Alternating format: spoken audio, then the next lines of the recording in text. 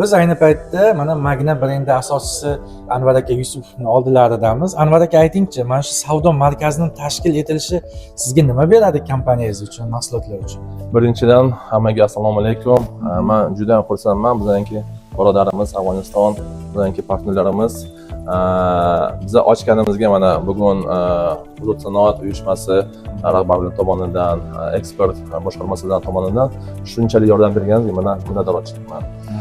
Xudo xolasa niyatlarimiz yaxshi, xavfsizlik bo'yicha hech narsa yo'q, problema. Molimiz kelgan, mana kim bilardi shu Afg'onistonda Mazar Sharif shahrida mana bunaqa molimizni sotiladi, xudo xolasa. Katta savdo markazi tashkil etiladi. Yana eng muhimi shaharning qoq markazida, ya'ni aholi gavjum bo'lgan hududda aynan mana shunday savdo markazining tashkil etilishi men o'ylaymanki, juda ham tadbirkorlarimiz uchun keng imkoniyat. Biza xursandmiz, biza xudo xolasa birodarlarimiz uchun, Afg'oniston xalqi uchun narximizni kamaytirib qilmoqchimiz. Sekin-sekin yana keyin zakazlarimizni olib kelishga harakat qilamiz. Keling Anvar aka, agar raqamlarga murojaat qiladigan bo'lsak, mana qaysi mahsulotga bugun qiziqish katta bo'lyapti afg'on xalqi tarafdan? Bular narxi qanaqa bizda?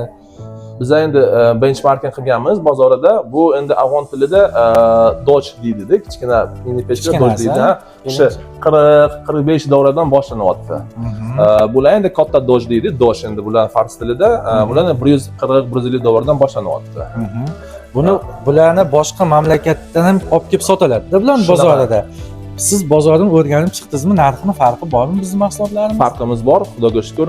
Bizniki narximiz o'tyapti. Raqobatchilik yana qilishimiz mumkin. Eng birinchi bizning yutugimiz biza yaqinmiz. Zakaz bergandan keyin xudo xolasa bir haftada o'zi keladi. Pulovi ham hammasi nima bo'ladi? Muammo bo'lmaydi. Yo'q, yo'q. Demak, hamkoriz ismlari nima edi? Bashir aka, assalomu alaykum. Bashir aka, yaxshimisiz? Yaxshimisiz? Mana siz Afg'oniston bozorini bizdan ham ko'ra yaxshiroq bilasiz-da. Chunki shu bozor ichida yurasiz, yashaysiz. Qanday talab o'zi haqiqatan ham bu mahsulotlarga bugun ertaga xaridorgir bo'lib keta oladimi? Nima deb o'ylaysiz? Men o'zbekcha gaplayinmi yo dari gaplasam-chi? Yana ham yaxshi. Xo'p, bo'libdi. Avvaldan ko'p rahmat, katta rahmat O'zbekiston xalqi, O'zbekiston davlatiga, Afg'oniston xalqi davlatiga kelib bunday bir kattakon bir magazin ochadi. Mardimning ko'p suhbat tuzatadi, mardim xursand. Ilgarida boshqacha davlatlardan kelar edi, Xitoy, Pokiston, Eron. O'zbekiston mahsuloti ham sifati zo'r, ham narxi arzon. Afg'oniston xalqi ham shunday bir narsa xohlaydi-da. Ham sifati zo'r bo'lsa va ham narxi ham arzon bo'lsa, uning tomonidan bu O'zbekiston bilan Afg'oniston, xususan Mazar Sharif shahri ko'p yaqin. Anvar aka aytishicha, har vaqtiki zakaz qilsak, har doimda kelib to'xtaydi. Degan shu babatdan bu katta joy, inshaalloh oyindaga omad bersin hammamizga, sizga ham, bizga ham. Degan mardim xursand bu babatdan aka.